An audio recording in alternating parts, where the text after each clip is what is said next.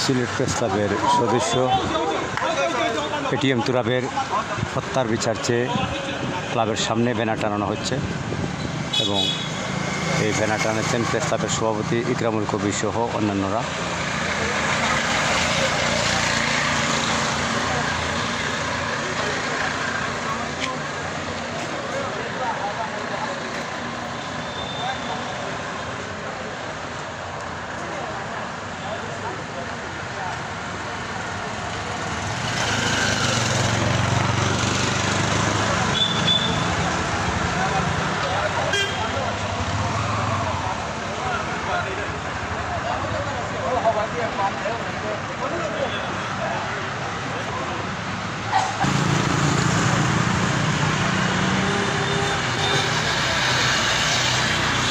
ATM তুরাবকে গত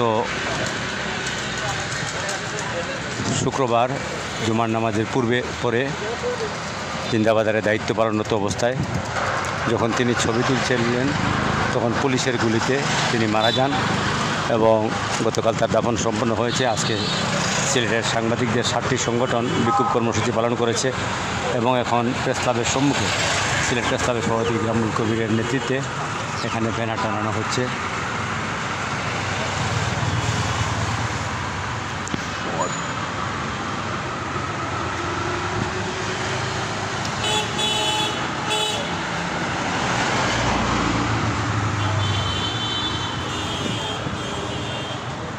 আচ্ছা